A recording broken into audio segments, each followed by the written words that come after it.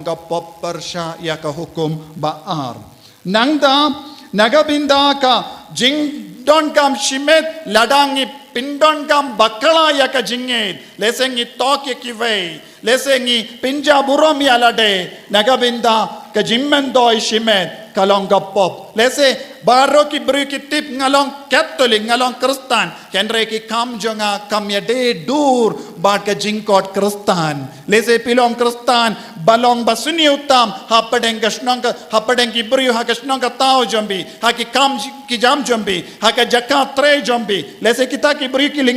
lingo ha ka ba pediapi uni ulong Kristen kane kalong Kristen kenre kane kalong kabaningkong tamban leki kam seniyo uni ulong ubaningkong tamban leka seniyo uni ulong ubaningkong tamban pan bam kolop corruption buon ki Kristen kilong ki baningkong banle corruption haki office baper badladang ilong kumne kalong ka pop percaya ka hukum baar haleluya haleluya haleluya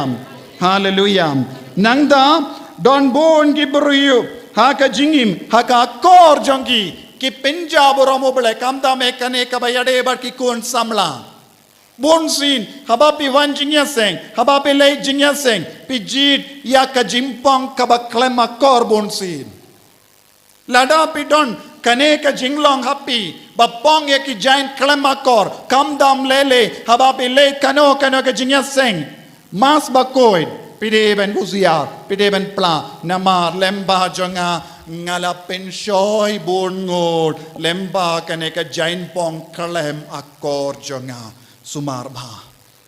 bah namar ngide ban pong yaka jain babatam habangi wansha kamas bakui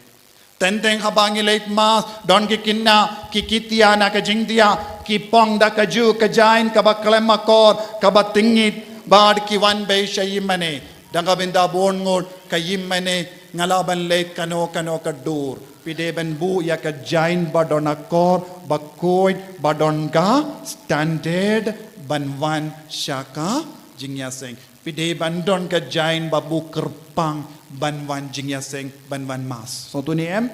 namarangi katkum ka rukom ngi ped ngi shimmenda haka mas bakuit katkum ka rukom ngi peni ya ka kor ka burom ka peniru hadu katno ngi idia